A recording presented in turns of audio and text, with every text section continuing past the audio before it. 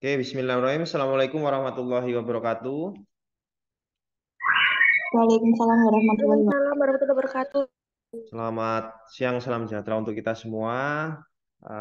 Kita kembali bertemu untuk membahas terkait dengan materi berikutnya, yaitu tentang mata kuliah kebutuhan dasar manusia, di mana kali ini kita akan membahas tentang mata kuliah yang topiknya adalah tentang kebutuhan dasar, yaitu adalah istirahat dan tidur.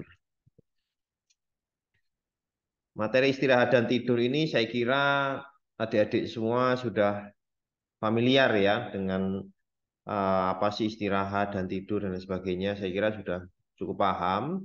Tapi yang perlu adik-adik pahami adalah mungkin yang belum terlalu paham adalah kaitannya dengan tahapan-tahapan ya dalam tidur, kemudian masalah-masalah yang terjadi pada masalah uh, kebutuhan istirahat dan tidur.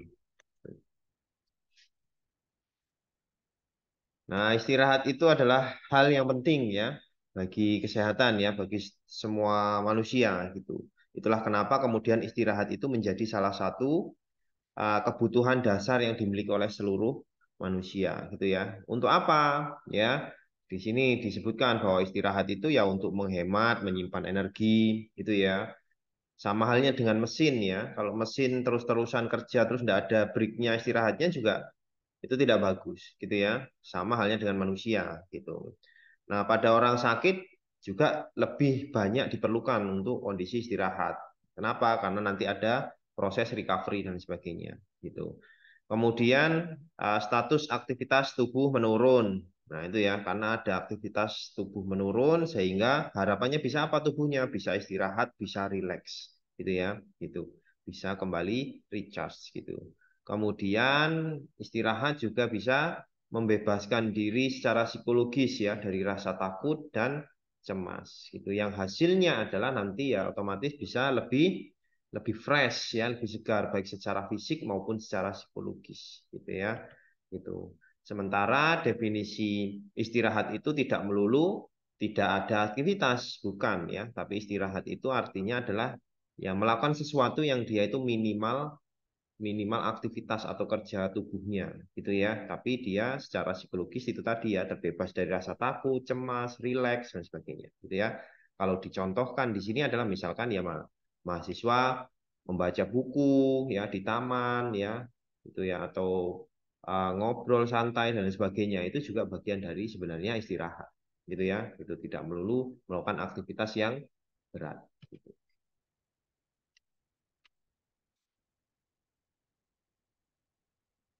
Nah, ini adalah beberapa teori yang kaitannya dengan istirahat ya. Jadi kalau kita pelajari, kita dasarnya di keperawatan adalah kita belajar dari teorinya si Maslow yang dinilai KDM ya, yang sifatnya adalah universal gitu ya. Itu bahwa di hierarki Maslow ya, di hierarki Maslow kan ada kebutuhan fisiologis yang paling dasar ya, yang paling mendasar. Kemudian di atasnya adalah kebutuhan apa aman nyaman ya kemudian di atasnya lagi adalah cinta dan dicintai kemudian yang paling tertinggi adalah kebutuhan akan aktualisasi diri istirahat dan tidur ini menjadi uh, di level atau berada pada level fisiologis ya di mana istirahat dan tidur ini juga penting gitu ya. Gitu. Nah, fungsi tidur di sini disebutkan ya. Apa sih fungsinya tidur di sini ya? Yang pertama restoratif tadi ya, restorasi gitu ya. Jadi mengembalikan kesegaran ya, tidak hanya secara fisik maupun juga secara psikologis gitu ya. Di sini disebutkan ya, kalau secara fisik itu ada yang NRM dan juga ada REM. Kemudian eh, selanjutnya adalah untuk perubahan tingkah laku ya, ada hubungannya dengan kaitannya ada sleep deprivation ya atau penurunan tidur atau gangguan tidur, masalah tidur gitu ya. Di mana di sini disebutkan ya, misalkan pada tidur yang dia fase REM-nya kurang, nah dia menjadi individu yang dia mudah tersinggung, gelisah ya, gitu dan sebagainya.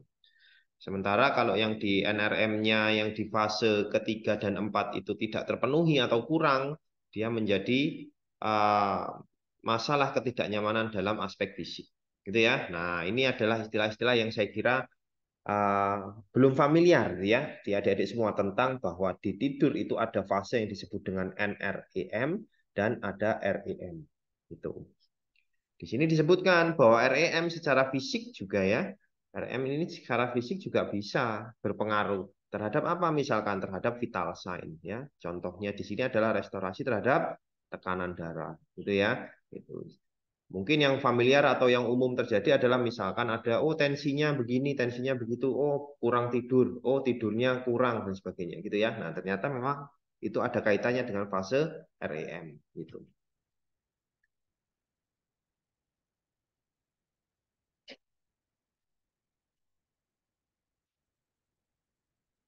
Oke, kemudian selanjutnya di sini disebutkan ya bahwa di fase tidur itu ada mekanisme yang terjadi ya secara biologis ya yang ada pada makhluk hidup. Ya, disebutkan bahwa dikontrol oleh tubuh dan lingkungan ya. Artinya apa? Tidur itu dipengaruhi tidak hanya pada aspek si individunya, tapi juga lingkungannya ya. Di sini disebutkan ya, ada apa lingkungan ya? Ada cahaya ya, ada stimulus listrik, radiasi dan sebagainya. Itu juga mempengaruhi terhadap tidur gitu ya. Kemudian disebutkan bioritma ya, yang ada pada manusia, ada siklus tidur, gerakan otot jantung, fluktuasi suhu tubuh. Nah, itu juga terjadi pada fase bioritmianya ini gitu ya yang terjadi selama proses tidur gitu ya. Nah, bioritmia berdasarkan panjang siklusnya ya atau irama ya atau ritme-ritme yang terjadi pada biologisnya itu di sini ada 3 istilah ya yang disebutkan dalam tidur. Yang pertama disebut dengan irama sirkadian gitu ya, irama sirkadian atau irama harian di sini disebutkan gitu ya. Kaitannya dengan kebiasaan tidur yang dialami oleh biologis kita, tubuh kita gitu. Kemudian ada lagi istilah irama infraradian ya. Biasanya terjadinya efeknya atau siklusnya adalah bulanan gitu ya. Jadi misalkan berefek pada siklus menstruasi, biasanya begitu gitu ya, bulanan. Kemudian ada lagi yang irama ultraardian atau menit atau jam ya. Yang ini kaitannya dengan misalkan dalam kondisi tidur ya. Di mana ada fase remnya di situ ya. Fase remnya terjadinya seperti apa gitu ya. Jadi itu adalah istilah-istilah irama biologis ya, irama biologis yang dimiliki oleh tubuh kita. Artinya apa sih irama itu? Berarti artinya irama itu tuh seperti pola. Kalau kebiasaannya seperti apa ya sudah nanti tubuh kita menyesuaikan kebiasaannya seperti itu. Gitu ya. Nah, itulah yang disebut dengan irama. Tuh.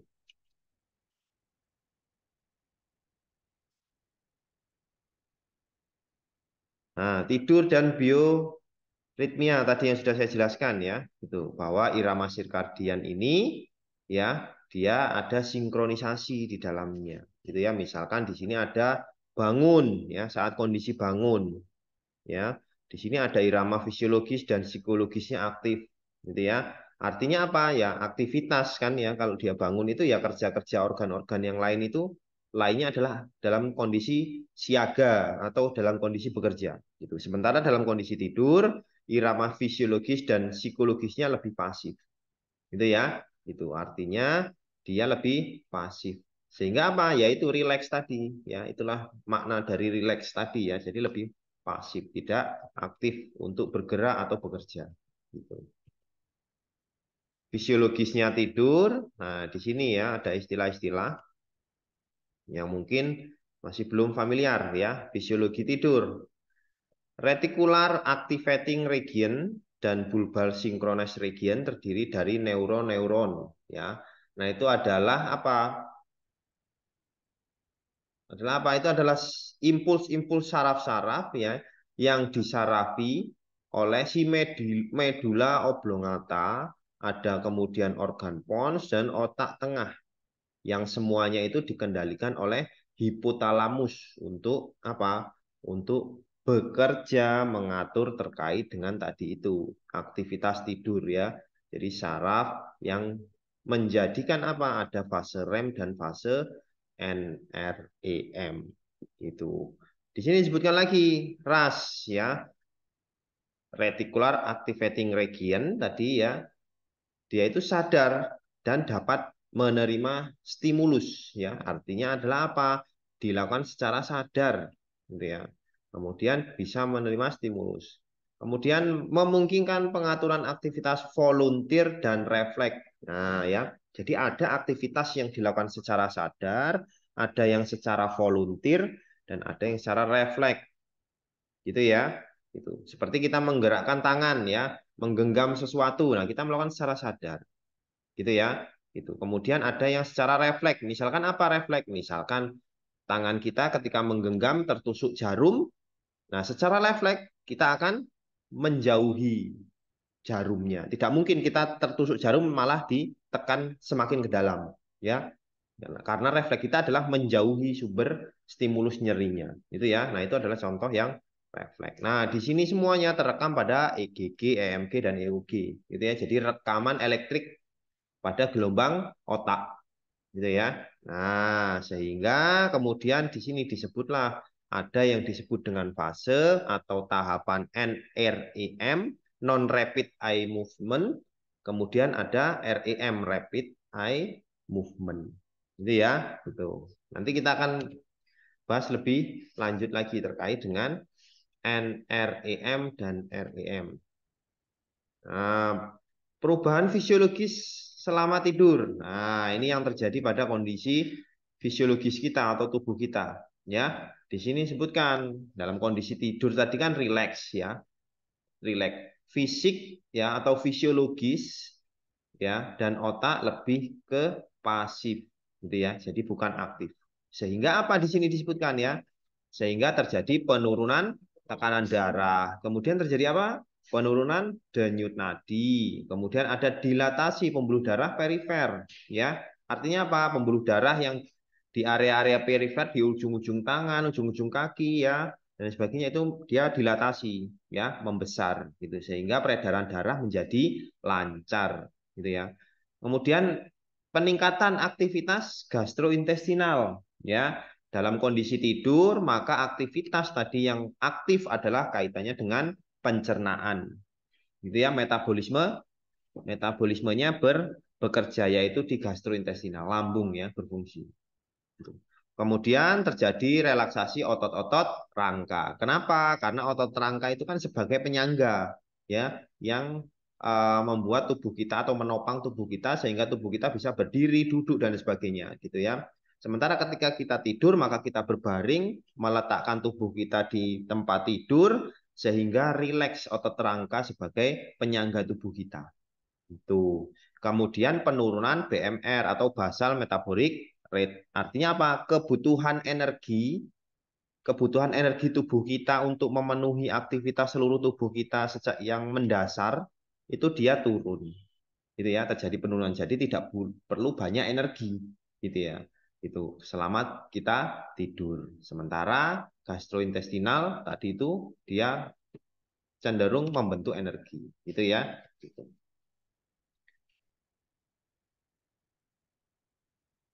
Nah, kemudian pada fase NREM ya. Nah, ini terdiri dari 4 tahap. NREM itu ada 4 tahapnya ya. Tahap 1 dan 2 itu ya. Itu dia di waktu awal-awal tidur gitu ya. Di sini disebutkan respon cahaya masih positif ya, masih terpengaruh oleh cahaya. Kemudian masih mudah bangun di fase 1 dan 2 ini. Gitu ya. Sementara kemudian fase 3 dan 4 ini dia sudah masuk ke deep sleep ya, tidur yang sudah dalam gitu ya. Kemudian delta sleep, slow wave sleep dan sebagainya gitu ya. Di mana ditandai dengan apa di sini? Ambang rangsangnya sudah rendah gitu ya. Jadi kalau ada stimulus-stimulus apa itu dia sudah rendah responnya terhadap stimulus misalkan cahaya dan sebagainya itu sudah menurun. Kemudian didominasi saraf otonom brankus parasimpatis. Gitu ya. Nah, di sini terjadi penurunan HR, RR, tekanan darah, suhu dan juga tadi kebutuhan energi untuk metabolisme dasar kita. Nah, ini yang terjadi pada fase NREM. Kemudian karakteristik di NRM yang pertama ya. Di sini disebutkan tidur yang paling dangkal ya, awal-awal tidur ya di sini. Ada apa di sini ya? Dia yang dirasakan hanya rileks dan mengantuk ya, gitu. Jadi ada rileks dan mengantuk, ada gerakan bola mata ke kanan dan ke kiri. Nah, itu. Kemudian mudah terbangun. Ketika terbangun, seseorang masih merasa lelah. Kenapa? Karena dia belum tidur yang deep sleep atau sudah sampai fase yang 3-4 dan juga yang REM. Itu ya. Itu. Sensasinya masih mengambang ya, masih antara tidur atau enggak gitu ya. Kemudian tapi sudah dalam kondisi keadaannya sudah tenang dan juga TTP-nya sudah mulai menurun karena dia sudah pada fase istirahat ya, tapi dia belum tidur gitu. Kemudian di NRM yang kedua adalah periode tidurnya ini sudah mulai ada suara ya, suara tidur. Masih mudah terbangun gitu ya. Kemudian mulai terdengar suara gitu ya. Nah, nanti suara-suara ini ada yang suara-suara yang memang biasanya dia ada gangguan gitu ya. Nah, itu. Kemudian dia adalah 40% sampai 45% dari total waktu tidur ya. Durasinya sekitar 10 sampai 15 menit gitu ya. Dalam siklus gitu Mas saya, dalam siklus tidur, satu siklus tidur gitu ya. Kemudian TTV sudah mulai menurun. Di NRM yang ketiga ya, nah ini tahap awal tidur yang dalam ya, sudah masuk di tahap tidur dalam atau deep sleep tadi ya, gitu. Nah, di fase ketiga ini dia sudah sulit dibangunkan ya, dan seluruh ototnya itu sudah rileks, gitu ya, seluruh ototnya sudah rileks. Kemudian TTV-nya sudah menurun, kemudian sudah masuk pada medium deep sleep, gitu ya. Kemudian fase NRM yang terakhir adalah fase keempat ya. Di sini sudah masuk fase deep sleep, kemudian jarang bergerak ya. Pada fase ini yang tidur itu sudah jarang bergerak. Otot tubuh rileks sempurna gitu. Kemudian sangat sulit dibangunkan. Kemudian eh, memulihkan dan mengistirahatkan tubuh ya. Jadi karena tadi sudah rileks, semua artinya adalah dia merestorasi ya, merestorasi dari semua otot gitu. TTV lebih rendah daripada kondisi ketika bangun ya. Di sini TTV-nya pasti lebih rendah gitu ya. Kenapa? Karena tadi kebutuhan metabolisme energinya pun juga dia menurun gitu. Kemudian kita masuk pada fase yang REM.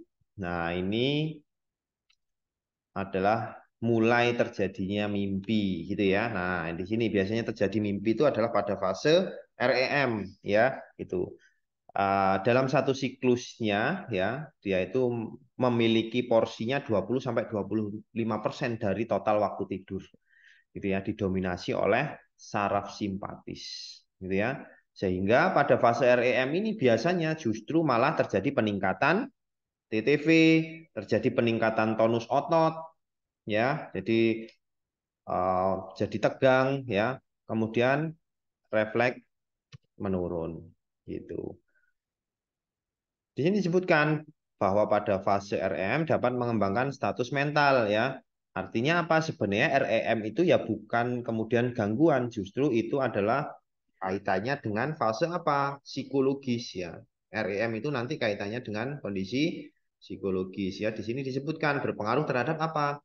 Proses belajar, daya ingat dan adaptasi psikologis. Karena sebenarnya yang diistirahatkan di REM adalah kerja otak. Itu ya, itu. Kalau yang diistirahatkan di fase NREM adalah kerja fisik ya, fisik itu ya tadi itu ya tubuh ya otot ya pembuluh darah dan sebagainya. Sementara kalau di fase REM adalah kerja otak yang dirilekskan gitu. Nah, di sini juga nanti ada peningkatan sekresi lambung ya, kaitannya dengan itu gitu ya. Karakteristik REM ya. Nah, biasanya kalau ciri khasnya kalau dia sudah pada fase REM, dia masuk pada adanya aktivitas mimpi, gitu ya. Gitu. Kemudian biasanya lebih sulit dibangunkan, gitu. Kemudian kekuatan ototnya juga menurun. Gitu. HR dan ER kadang irreguler, kadang-kadang irreguler, gitu ya. Jadi tidak teratur kadang-kadang. Gitu. Gerakan otot juga kadang-kadang irreguler, gitu ya, atau tidak teratur. Asam lambung meningkat. Nah, ini adalah siklus ya. Siklus tidur tadi ya. Tadi kan sudah saya jelaskan bahwa ada istilah RM dan NRM. Nah, posisinya itu ada di sini ya. Jadi pertama adalah awakeness ya, bangun dulu, bangun. Terus kita mau tidur.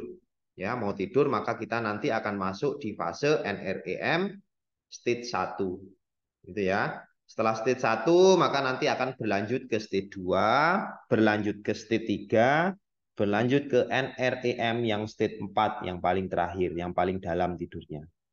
Gitu ya. Setelah dalam nanti dia akan kembali. Kembali apa? Menurun. Menurun ke apa? Ke stage 3 lagi, ke stage 2, kemudian di stage 2 ya, dia biasanya akan mengalami REM. Ya, REM tadi ya. REM itu kaitannya dengan mimpi tadi, ditandai adanya mimpi ya. Setelah dari mimpi dia kembali lagi di stage 2 NRM. Nah, kalau dari situ dia tidur lagi, dia masuk lagi ke step 3 lagi, 4 lagi dan sebagainya. Gitu ya. Sampai kemudian nanti akhirnya menurun dari 4, 3, 2 ya, kemudian 1 kemudian menjadi bangun kembali. Itu bisa ya. Jadi ketika misalkan dari mimpi kok kebangun ya, habis mimpi kok kebangun misalkan. Nah, itu berarti dia dari fase REM kemudian menjadi NRM, kemudian menjadi state 1, kemudian menjadi awake, bangun. Gitu ya. Gitu. Nah, itu adalah siklusnya. Nah, di sini disebutkan ya, siklusnya dalam satu siklus itu ada apa? Ya, ada sekitar 0,5 sampai 7 menit untuk stage satunya. Stage 2-nya ya ada 30 sampai 45 menit gitu ya di stage 3 dan 4 gitu ya. Paling di stage 3 dan 4 nanti ada fase apa? Yang paling lambat adalah 1 jaman ya. Kemudian bisa 70 sampai 90 menit. Kemudian ada first REM occur ya atau REM yang pertama nanti misalkan 20 menitan ya. Kemudian durasi itu akan terus meningkat gitu ya. Artinya apa? Ini siklus tidur ini tadi ini tuh bukan kemudian satu siklus orang tidur bukan ya, tapi siklus ini dialami oleh kondisi ketika tidur. Ketika sudah satu siklus ini kemudian dia bisa lagi berputar bersiklus-siklus. Gitu ya. Gitu. Ada pertanyaan sampai sini? Belum ada, Pak. Belum ada. Pak, saya Pak, Oke, monggo. kalau tidur yang duduk itu apa sama melewati siklus-siklus ini Pak? Nah, tidur yang duduk bagaimana melewati siklus ini atau enggak? Di Yang duduknya. yang ditahan Pak, yang ditahan, yang boten di ten meja boten, yang Oh, yang ngantuk sampean misalkan zikir di masjid ya Mas Torik ya. Nah, terus ketiduran gitu. nggih, Nah, apakah kemudian dia melewati semua siklus ini? nggih, Yang umum adalah dia tidak lengkap siklusnya. Gitu ya, karena dia tidak tidur secara artinya tidak tidur benar-benar yang dia tidur untuk sampai dengan ke fase satu siklus. Kenapa? Karena tadi itu tidur dipengaruhi oleh banyak faktor. Gitu ya. Pasti orang yang tidur di kondisi seperti itu dia satu mudah terbangun, ya enggak? Gitu kan, nggih, mudah terbangun, kemudian setelah tidur justru bukan kemudian menjadi rileks, menjadi ini tidak, ya justru malah nanti misalnya pegel-pegel dan sebagainya. Itu apa artinya? Ya dia masih pada fase apa tadi? Ya NRM state 1 atau NRM state 2 yang masih mudah terbangun. Gitu ya. Nah, itu. Jadi kalau ditanya apakah itu sudah melalui semua siklus, ya dilihat saja dari manifestasi yang dimunculkan ketika dia tidur dan setelah tidur, gitu ya. Nah, kalau dia belum sampai semua ini tadi, ya dia tidak akan tadi relax, recovery, tadi ya fungsi-fungsi tidur, restorasi, nah dan sebagainya itu tadi, gitu ya. Jadi saya kira dia belum sampai ke semua siklus ini tadi. Gitu nggih Mas Torik? Oke, Pak. Oke. Oke, baik saya lanjutkan.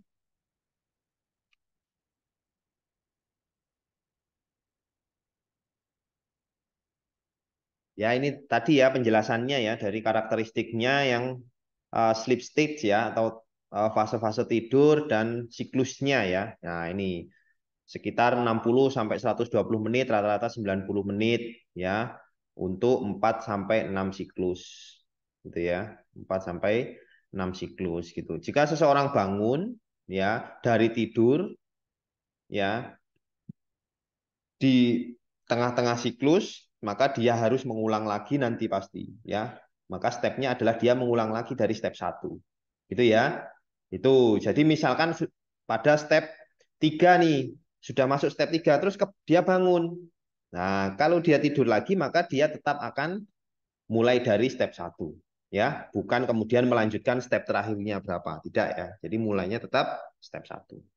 Gitu ya. With its full sleep cycle ya 3 sampai 4 itu dia lebih pendek gitu ya, dan periode REM-nya itu dia lebih panjang gitu ya. Itu periode REM-nya mimpi itu ya my ya atau bisa berakhir sampai dengan 30 sampai 60 menit ya, itu daring last sleep cycle. Gitu ya. Artinya apa? Selama satu siklus itu tadi ya, selama 90 menit tadi siklusnya, 60 sampai 120 menit satu siklusnya gitu ya. Itu si remnya itu bisa sampai 30 sampai 60 menit sendiri. Gitu ya. Itu sehingga si fase remnya itu dia lebih panjang. Memang itu normalnya seperti itu. Gitu ya, normalnya seperti.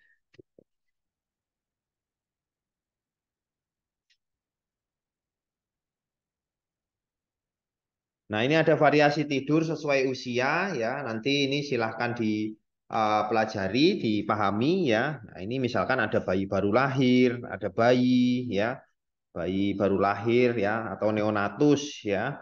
Ya dia tidurnya lebih lebih banyak ya. Kemudian dia 50% REM, lebih banyak pada NRM 3 dan 4. Lebih banyak, lebih tidurnya lebih lebih dalam gitu ya, lebih nyenyak gitu ya dan sering tidur, lebih banyak tidur.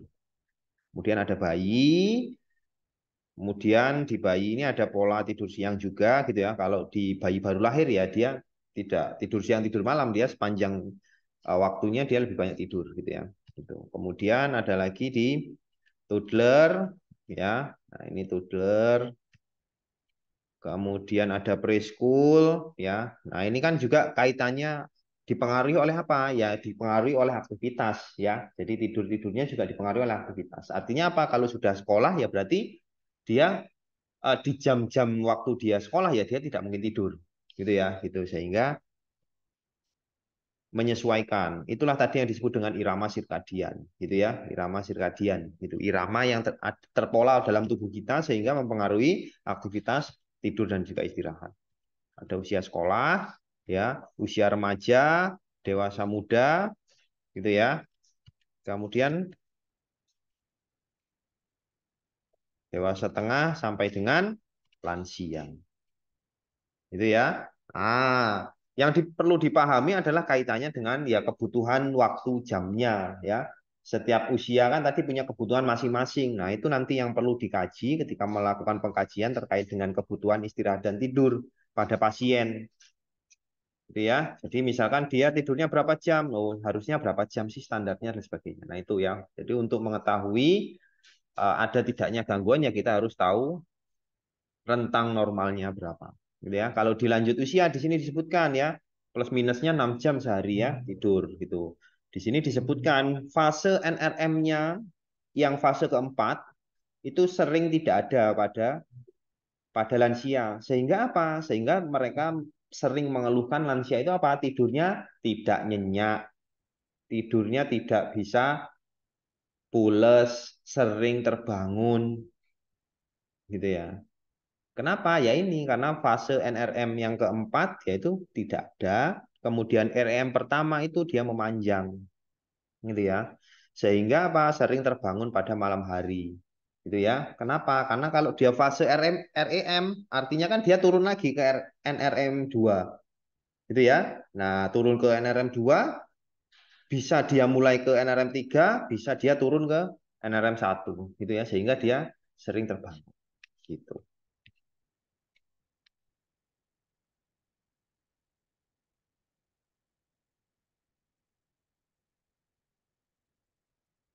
Ada yang mau bertanya? Ada yang raise hand nanti?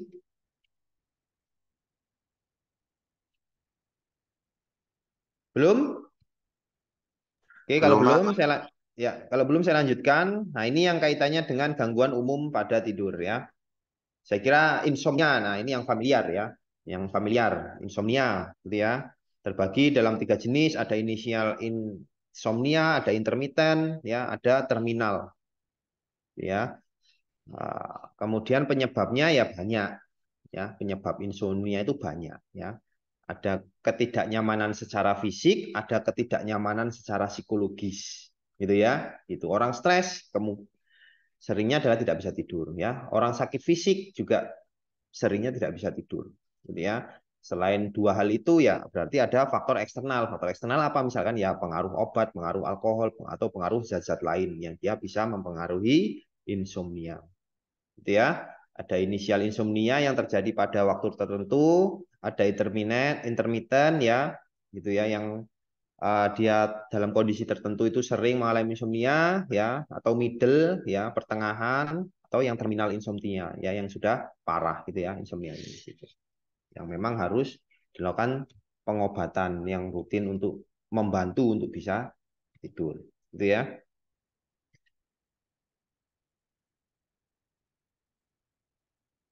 Selain insomnia lagi ada adalah hipersomnia ya. Nah, ini berlawanan dengan insomnia.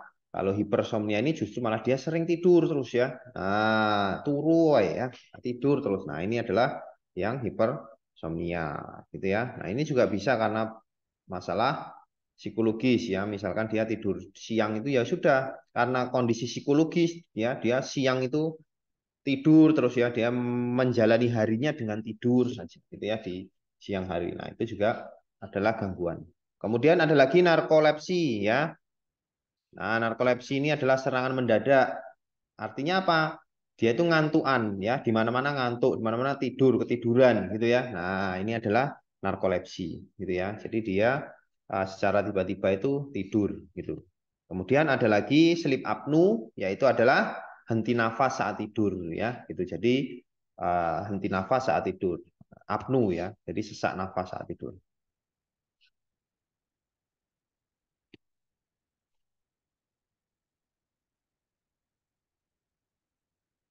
Kemudian ada lagi parasomnia ya. Nah, ini ada lagi parasomnia. Para itu artinya adalah sekitar ya, atau area somnia ya. Nah, di sini disebutkan ya, terjadi pada fase NRM 4 dan ketiga ya. Jadi dari 4 ke 3. Nah, ini apa ini? Di sini ada jenisnya parasomnia itu, atau setengah tidur ini nih ya, parasomnia itu ya. Nah, itu. Apa contohnya? Ada masalah misalkan sleepwalking gitu ya. Nah, ada kan ya, sering lihat di TV misalkan yang tidur sambil berjalan. Nah, gitu ya. Nah, itu bisa disebabkan oleh apa? Masalah apa? Psikologis, ya, dan sebagainya. Kemudian ada lagi naik teror, ya.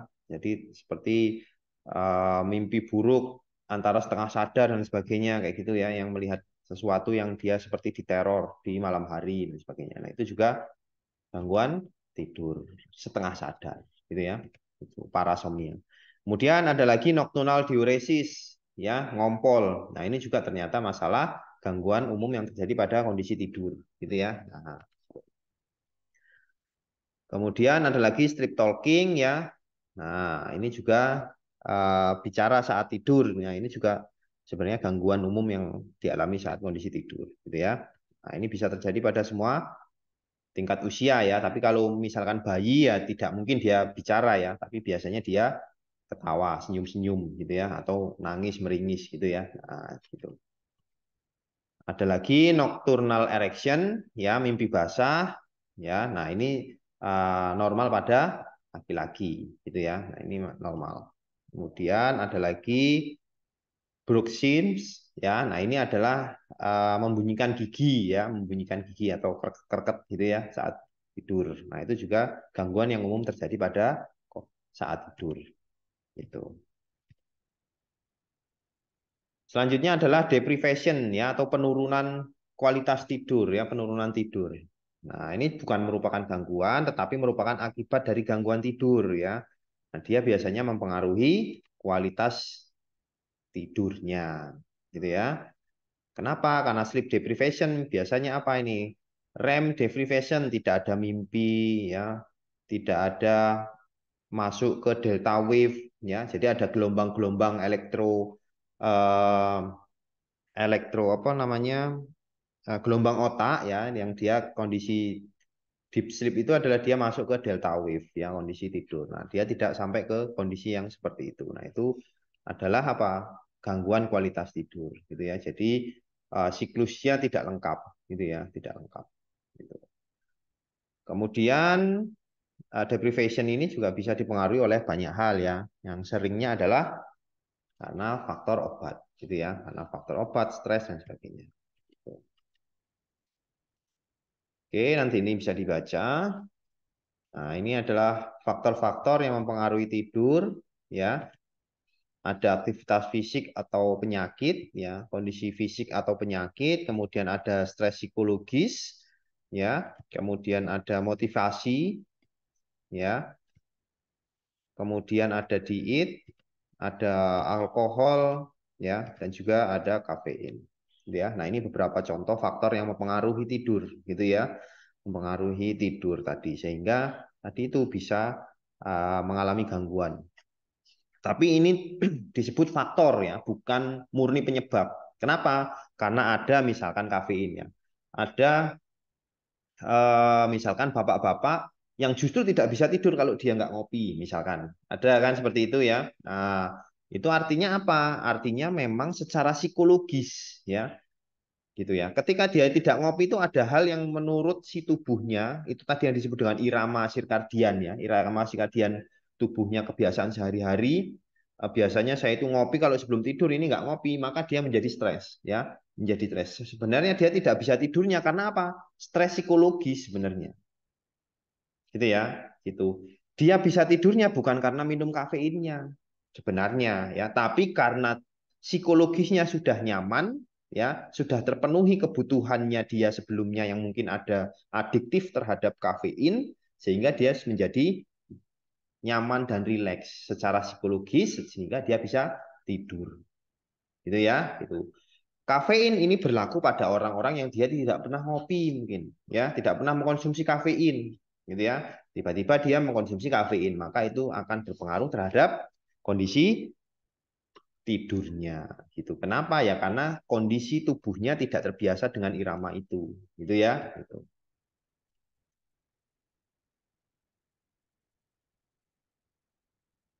Faktor lain yang bisa mempengaruhi adalah kondisi penyakit, lingkungan ya, gitu. Walaupun dia tidurnya adalah modelnya yang gampang, tapi ketika dia berada di lingkungan yang mengancam, lingkungan yang berbahaya, lingkungan yang tidak aman, maka itu ya akan berpengaruh terhadap tidurnya, gitu ya. Gaya hidup, rokok, obat-obatan dan sebagainya. Ini adalah faktor-faktor lain yang bisa mempengaruhi.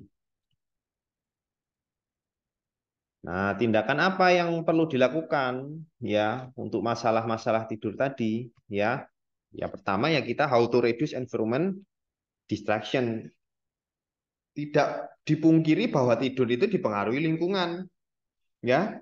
Itu generalnya gitu. Semua orang pasti tidur itu ya di kondisi yang nyaman, aman ya, tidak mengganggu. Gitu ya. Ya otomatis kalau kita mau membantu ya membantu menangani masalah tidur ya kita pastikan lingkungannya aman nyaman ya untuk si pasien gitu. Kondisi pasien di rumah sakit itu sering mengalami gangguan tidur. Kenapa? Bukan karena kasurnya atos, bukan karena kasurnya nggak empuk, bukan karena nggak ada selimut, bukan ya. Tapi karena apa? Biasanya karena psikologis, gitu ya. Itu sehingga kita perlu memastikan atau membantu ya pasien-pasien supaya apa ya dia tercipta lingkungan yang aman baik secara fisik maupun secara psikologis gitu ya. Nah ini juga safety for sleep ya, aman ketika tidur gitu ya. Itu.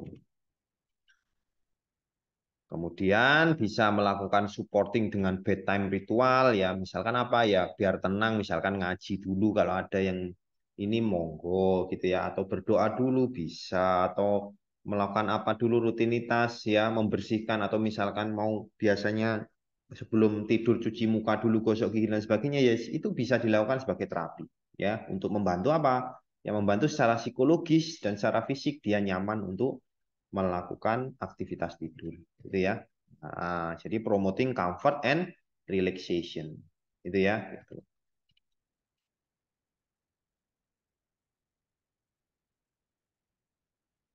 Nah, ini adalah beberapa hal yang biasanya diberikan dia di pasien untuk membantu pasien tidur ya, misalkan diresepkan obat-obat anti nyeri kalau misalkan pasien tidak bisa tidur karena nyeri, gitu ya.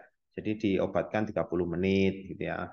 Misalkan lagi ada bronkodilator, gitu ya, dan sebagainya. Nah, itu juga beberapa hal yang perlu disampaikan ke pasien. Gitu. Nah, di sini ada kata-kata ini ya. Jadi ada uh, kata-kata bagus ini ya. To be continue to bla bla bla nursing care in disorder of need for rest and sleep disturbance. Gitu ya. Jadi apa artinya? Jadi nursing care in disorder of need of rest and sleep disturbance itu ya itu penting. Gitu ya, penting untuk diperhatikan gitu ya. Bayangkan kalian sendiri yang seorang perawat ya, kebutuhan untuk istirahat dan tidurnya tidak dipenuhi. Apakah lebih menjadi sehat atau malah akan timbul sakit? Jawabannya adalah akan timbul sakit. Bayangkan ketika itu adalah kondisi yang dialami oleh pasien yang sudah kondisi sakit. Gitu ya. Itu pasiennya sudah sakit, istirahatnya tidak cukup, justru nanti akan ya menambah lagi sakitnya. Gitu ya. Yang sehat saja butuh tidur, apalagi yang sakit. Gitu ya. Gitu. Saya kira itu yang bisa saya sampaikan. Ada yang perlu kita diskusikan? Pak, boleh tanya lagi ya, Pak? Oke, monggo Mas Torik. Kan kalau para remaja itu sering bergadang ya, Pak ya. Terus ya itu bisa menyebabkan gejala penyakit yang serius napa mboten ya, Pak? Oke. Oke, Mas Torik. Terima kasih pertanyaannya bagus ya. Iya. Pertanyaannya adalah remaja-remaja. Ya, aslinya tidak hanya remaja ya, banyak juga orang-orang yang dia eh, dituntut untuk begadang. Nah, gitu ya, tidak harus remaja ya. Misalkan apa? Misalkan ya petugas keamanan yang dia harus berjaganya malam hari dan sebagainya gitu. Nah, apakah itu berpengaruh terhadap kondisinya? Jawabannya ya pasti berpengaruh. Gitu ya. Jawabannya adalah pasti berpengaruh. Kenapa? Karena tidur dan istirahat itu tadi memiliki fungsi apa? Restorasi, ya satu. Kemudian memperlancar apa lagi? Memperlancar metabolisme, ya penyerapan nutrisi dan sebagainya itu dipengaruhi oleh istirahat dan tidur. Jadi tadi di awal saya analogikan ya, mesin saja, ya mesin saja. Kalau disuruh bekerja terus tanpa henti ya dia tidak akan bisa bertahan lama, pasti akan ada yang rusak gitu ya, apalagi manusia gitu. Tapi yang berbeda adalah ini ya, begadang tapi nanti misalkan tidurnya tercukupi gitu ya. Nah, itu kan beda lagi gitu. Kenapa? Karena manusia itu beda dengan mesin yang tadi. Manusia punya yang disebut dengan irama sirkadian tadi. Gitu ya. Jadi tubuh itu akan menyesuaikan gitu. Misalkan ini ada petugas satpam yang biasanya dia jaga malam gitu ya. Kemudian dia akan tidur dari pagi sampai zuhur misalkan kayak gitu. Nah, itu tubuhnya itu sudah menyesuaikan gitu ya. Gitu. Irama maka di malam hari dia tidak akan ada ngantuk gitu ya. Di pagi hari sampai siang dia akan ngantuk. Kenapa? Karena dia sudah terbiasa. Itu yang disebut dengan irama sirkadian. Irama tubuh kita yang sudah dibuat suatu pola. Nah, tapi tentu saja itu tetap tidak bagus. Kenapa? Karena ada aktivitas-aktivitas di tubuh kita yang dilakukan saat malam hari dan saat kita tidur. Gitu ya. Itu. Jadi misalkan apa? Misalkan yang perempuan-perempuan ini tahu nih misalkan. Oh, misalkan kalau tidurnya itu malam-malam terus ya, menyebabkan apa? Oh, menyebabkan misalkan kulit menjadi tidak fresh, menjadi tampak seperti penuaan, ya, penuaan dini, ya, terlihat kusam dan sebagainya. Nah, itu kan sebenarnya juga dampak, gitu ya, Mas ya, gitu. Jadi dampak. Gitu. Kenapa kemudian kalau yang begadang-begadang itu remaja-remaja itu kok nyaman-nyaman saja? Ya itu tadi ada faktor yang mempengaruhi. Salah satunya adalah motivasi tadi. Ya, karena memang dimotivasi dirinya untuk begadang, untuk melakukan sesuatu yang menyenangkan baginya. Gitu ya. Sementara semua hal yang ada di dalam tubuhnya yang bermanfaat saat ketika dia tidur itu tidak bisa dirasakan secara langsung. Gitu ya. Gitu. Bayangkan kalau misalkan ternyata si lambung ini bisa ngomong. Woi manusia, sekarang itu waktunya saya untuk bekerja. Istirahat, rilekskan tubuhmu supaya kerja saya maksimal. Nah, kan enggak bisa ngomong gitu, sambung. Ya kan? Yang terlihat adalah diajak koncone, ayo engkau melekan mabar. Nah, itu yang nampak. Sehingga motivasi untuk meleknya lebih besar dibandingkan kebutuhan dia untuk memenuhi organ-organ di tubuhnya untuk istirahat. Itu ya Mas Torik. Oke, Pak. Nah, oke gitu. Jadi kalau katanya Mbah Roma Irama ya begadang jangan begadang kalau tiada artinya. Gitu ya. Gitu. Oke, sudah cukup ya? Oke, saya kira itu yang bisa saya sampaikan. Kurang lebihnya mohon maaf. Semoga nanti bisa bermanfaat untuk kita semua. Amin. Dari saya Iri. Wassalamualaikum warahmatullahi wabarakatuh. Waalaikumsalam warahmatullahi Waalaikumsalam warahmatullahi wabarakatuh. wabarakatuh.